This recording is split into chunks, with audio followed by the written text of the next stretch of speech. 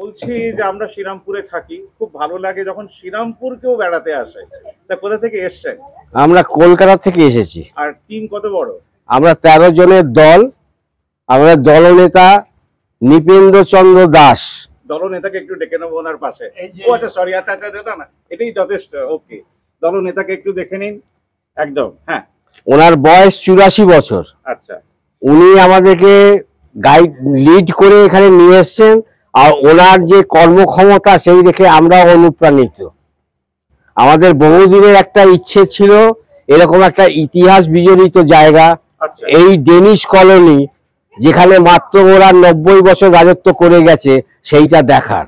আচ্ছা, ঠিক তার নদীর ওই পারে গতকাল আমরা ব্যারাকপুর দেখেছি, যেটা ইংরেজদের একটা কলোনি। এইখানে ডেনিশদের যেই তৈরি করা যে জায়গাগুলো, সেই জায়গাগুলোই আমরা দেখতে এসেছি বিশেষ করে। তার মধ্যে অর্ধেকটা দেখেছি, অর্ধেকটা আমরা শেষ করব রাজবাড়ী শ্রীরামপুর কলেজ দেখে। আচ্ছা, মানে কলেজটা দেখেছেন? না, এবার আমরা ওইদিকে যাচ্ছি। ওকে, ওকে। ঠিক আছে। আর একটু সবাইকে বলবো যদি একটু ক্যামেরার সামনে চলে আসে, সবাইকে একটু যদি মুখ দেখানো যায় খুবই ভালো হয়। আর আপনারা যেমন ব্যারাকপুর শ্রীরামপুর করলেন, তার মানে আপনারা রেগুলার বেরোন? হ্যাঁ, রেগুলার বেরোই। রেগুলার বেরোই। ক্লাব গোছের আছে? হ্যাঁ, ক্লাব মানে আমাদের একটা দল আছে। আমরা বেড়াতে খুব ভালোবাসি। আমরা বিভিন্ন জায়গায় ঘুরেছি, দেশে ঘুরেছি, বিদেশে ঘুরেছি, কিন্তু আমাদের নিজেদের রাজ্যেতে এত সুন্দর জায়গা আছে, সেইটা কিন্তু এই বয়সে এসে আমরা কিন্তু অনেক সবাই 70-এর ওপরে। আর আমাদের যে মানে নেতা যিনি, তার 84 বছর। 82 বছরের একজন আমাদের ডক্টর হরেন্দ্রনাথ ঘোষ রয়েছেন, উনিও সঙ্গে আছেন। হরেন্দা কোথায়? হরেন্দাও আছেন সঙ্গে আমাদের। উনি এই দুজন আমাদের বড় দাদা, সব থেকে বয়সী, আর তারপরে আমরা। হ্যাঁ। আচ্ছা, বলছি এই যে বেড়াতে যান, নিজেদের কোনো গান আছে যে গানটা আপনারা করেন একসাথে, এরকম কিছু আছে? না, এরকম এখন পর্যন্ত সেরকম কিছু করিনি। আচ্ছা, তবে এরকম সেই রবীন্দ্রসঙ্গীত, আমি মানে আর কিছু না, সেটা আপনি ক্যামেরাটা আনলে আমাদের যে নেতা উনি একটু গিয়ে শুনিয়ে দিবেন। দাঁড়ান, এটাকে আপনাকে দিচ্ছি, আপনি হাতেই ধরে গান। না না, আপনি আপনার গলায় একটা রবীন্দ্রসঙ্গীত শুনবে, 1-2 লাইন নিন, শুধু এটাকে হাতে নিয়ে গান। আপনি রবীন্দ্রসঙ্গীত 2 লাইন গান। 2 লাইন গান।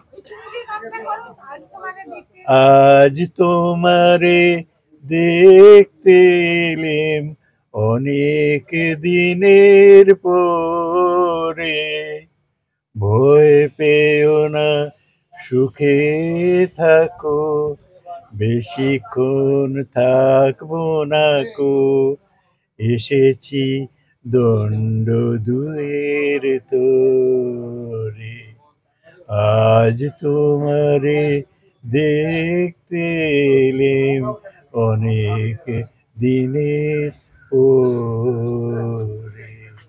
দারুণ। জানি না কি কারণে কাল রাতে ঘুম আসছিল না। অনেক চেষ্টা করলাম ঘুমানোর, শেষ পর্যন্ত রাত 3টের সময় সাইকেলের সমস্ত লাইট জ্বালিয়ে বেরিয়ে পড়লাম অজানার উদ্দেশ্যে। রাতের অন্ধকারে কত যে পথ পাড়ি দিলাম, কোন কোন শহর ছুঁয়ে গেলাম তা কিছুই বুঝতে পারলাম না, কারণ কুয়াশায় মোড়া রাস্তা এবং শহর। সাইকেলের ফগ লাইটটা খুব কাজে এসেছিল। যাই হোক, মাঝে মাঝে ধাবাতে চা পান করে আবার ছুট। রাতটা খুব ভালো লাগছিল। ঘন কুয়াশার জন্যে বেশি গাড়ি চলছিল না, ফলে আমি নির্ভীকভাবে এগিয়ে চলেছি। ফোন বের করা নিষেধ, কারণ ঘন কুয়াশায় আমার ফোনের ক্যামেরা শেষ করে দিয়েছিল আগের 2 দিন।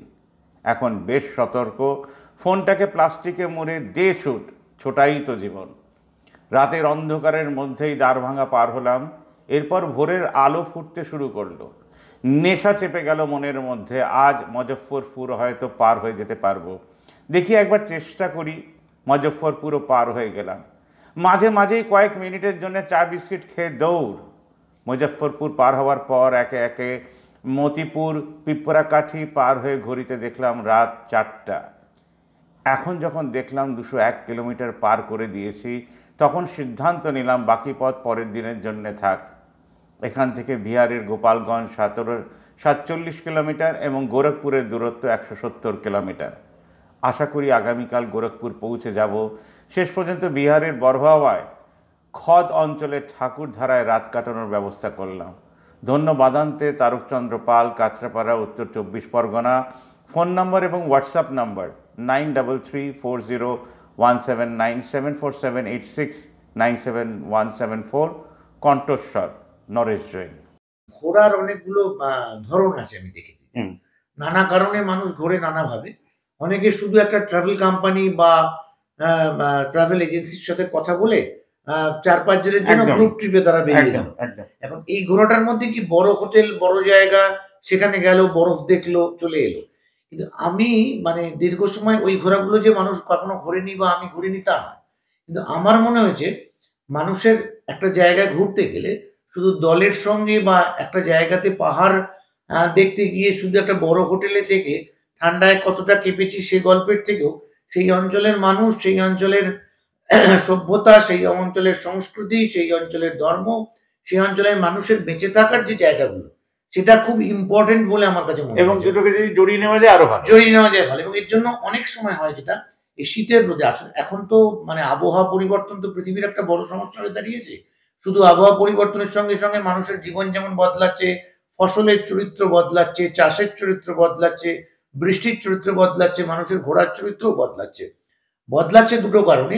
সেটা হচ্ছে যে মানুষ ওই সময়টা টুক করে একটা এসি কিনে ঘরে ঢুকে পড়ছে, ফলে গরমে কাজ করা যাচ্ছে না। ফলে এই নভেম্বরের পর থেকে মার্চ অবধি যে আমাদের এই পশ্চিমবাংলার যা আবহাওয়া, বিশেষত ভারতবর্ষের যা আবহাওয়া, তা আমাদের বাইরে যারা আমরা ঘুরে কাজ করি, লেখার জন্য, কাজের জন্য, নানা কাজে যারা জনসংযোগের কাজ করি, তাদের ক্ষেত্রে এই সময়টা কাজ গুছিয়ে নেওয়া সুবিধাজনক বলে আমার মনে হয়। কারণ অতটা ঘেমে মানুষ কাজ করতে পারে না। এবার সেক্ষেত্রে আমরা একটা মানে কয়েকজন বন্ধু বান্ধব মিলে যেটা করি, সেটা হচ্ছে মাঝে মধ্যেই আমরা মানে নানা আশপাশের জায়গাগুলোতে ছোটতে একদিনের সকালে বেরিয়ে বিকেলে সেই জায়গার সংস্কৃতিটা দেখে আসা।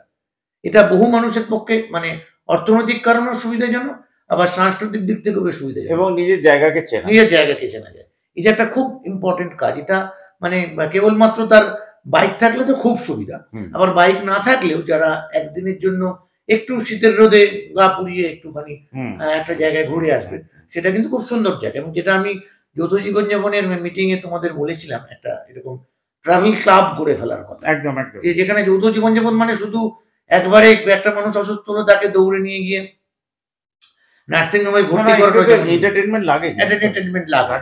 এবার এন্টারটেইনমেন্টের মধ্যে কেবলমাত্র মানে অনেকে একদল লোক আবার বলেছিলেন, এটা খুব হাস্যকর নরেশ, তোমার মনে থাকবে, আমরা একটা আলোচনায় খুব করেছিলাম, মানে বলেও ছিলাম যে অনেকে আবার একটা সময় মনে করতো, বিশেষত যারা একটু প্রগতিশীল ছিলেন, তারা মনে করতেন যে এই যত ট্যুরিজম সব হচ্ছে ক্যাপিটালিজমের চেহারা। এটা এখন তো খুব হাস্যকর তত্ত্ব বলে আমার মনে হয়, খুব হাস্যকর তত্ত্ব। কারণ একটা দেশের ধর্ম, একটা জায়গার ধর্ম, সেখানে তারও তো একটা সংস্কৃতি আছে, এবং সেই সংস্কৃতির ধর্মটাকে কেন্দ্র করে একটা লোক বেঁচে উঠেছে। কিছু মানুষ পুজো করতেন, একটা পুরো মানে পুরোহিত পরিবার, একটা পাড়া পুরোহিত, তাদের একটা অদ্ভুত সংস্কৃতি আছে, সেটাও কিন্তু আমাদের আলোচ্য বিষয়। এটাকে আমরা ফেলে দিতে পারি না, তাহলে সভ্যতাটাকে অস্বীকার করতে হয়, তার দীর্ঘ সভ্যতাটাকে। এটা আমার বহুবার মনে হয়েছিল। সে কারণে এই রিসেন্টলি আমি ঘুরে এলাম হুগলি জেলার নানা অঞ্চল। গত প্রায় মাস 4 ধরেই আমি নানা একটা কাজে ঘুরছি। তা তোমার সঙ্গে দেখা হলো সেদিনকে, তুমি বললে রিসেন্টলি আমি একটা জায়গা ঘুরে এলাম। জায়গায় আমার মনে হলো যে একদিনের সফর হিসেবে সেটা খুব খারাপ হবে না।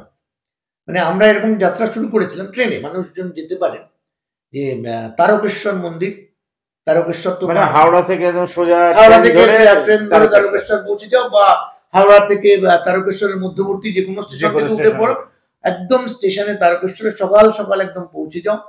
একদম সামনে স্টেশন থেকে নেমে একদিকে বাস স্ট্যান্ড, একদিকে হেঁটে চলে যাওয়া যায়, গিয়ে মন্দিরে একদম নির্দিষ্ট দিন, মানে খুব জনপ্রিয় যে দিনগুলো, জনপ্রিয় কথাটা শব্দটা খুব জেনে শুনে, সেদিন না যাওয়া, ধর্মীয় কোনো উপাসনা বা আষাঢ় মাস, শ্রাবণ মাস, শ্রাবণ মাস বাদ দিয়ে সেই সময় গিয়ে তারা গিয়ে ওখানে একটা পুজো দিয়ে দিলেন। মানুষের যেটা পুজো টুজো দিয়ে দিলেন, মানুষ তার আরাধ্য দেবতাকে পুজো টুজো করলেন। পুজো পাঠ করে ওইখান থেকে যে কেউ বাস ধরে খানাকুল চলে যেতে পারেন, ব্রেকফাস্ট করে তারা খানাকুল চলে যেতে পারেন।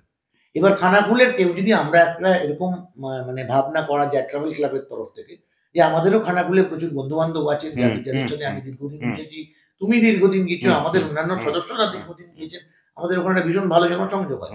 ওখান থেকে যদি আমরা একটা অ্যারেঞ্জ করা যায়, তাহলে আমরা ওখান থেকে খানাকুল একটা খুব সুন্দর জায়গা, এবং ওখান থেকে সরাসরি আমরা চলে যেতে পারি, যেটা আমরা গিয়েছিলাম আর কি, ওখান থেকে ঘণ্টেশ্বর শিব মন্দির। এই ঘণ্টেশ্বর হচ্ছে মানে খুব একটা উল্লেখযোগ্য জায়গা, এবং ঘণ্টেশ্বর বহু প্রাচীন একটা দেবী সতীপীঠও বটে। ওখানে সতীর কাঁধ পড়েছিল এবং ওখানে ঘণ্টেশ্বরের একটা শ্মশানঘাট, তার থেকে একটু দূরে একটা শিব মন্দির আছে এবং শিবলিঙ্গ নাকি স্বয়ম্ভু, মানে ওর নাকি মানে 2-3 মানুষ সমান গর্ত করা হয়েছিল। লোক মানে স্থানীয় লোকজন, আমি ইন্টারভিউটাতে দেখিয়েছি, তারা বলেছেন যে তারা ওটা স্বয়ম্ভু শিব মাটি থেকে উঠেছে। সেখানে পুজোর ব্যবস্থাটি ভারী সুন্দর। আমি পুজো মানে আমার পরিবার এবং অন্যান্য যারা ছিলেন তারা দিয়েছেন। সেখানে তারা পুজো দিয়ে তারা ওখান থেকে ওই দেবী সতীপীঠটি দেখে তারা ওখানে খুব সুন্দর ওরা চপ টপ করে, ওইগুলো দেখে আমরা ওখান থেকে একটু এগিয়ে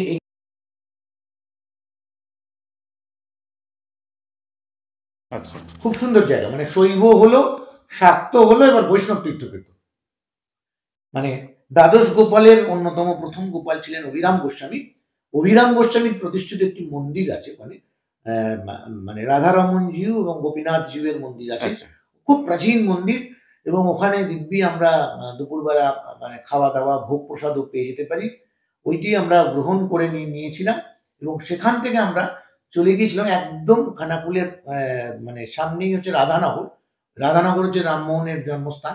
রাধারমন কি বলে রামমোহনের রাধানগরে একটি নিজের যেখানে জন্মেছিলেন সেই জন্মস্থান, তার বাড়ি, তার মানে তাকে কেন্দ্র করে একটি রামমোহনের স্মৃতি বিজড়িত তার বাড়ি সংলগ্ন একটি আমবাগান, যেটা খুব মানে দেখতেও ভালো লাগে, ঘুরতে ভালো লাগে। দুপুর 2টোর পর থেকে 5টা-6টা অবধি মোটামুটি মানে কি বলবো প্রাহরিক আহারের পর মানে একটা বৈকালিক ভ্রমণটা দারুণ হয়। আমি গিয়ে পড়ন্ত রোদে অল্প অল্প পড়তে ওখানে আমরা খুব সুন্দর ঘুরে আসতে পারি।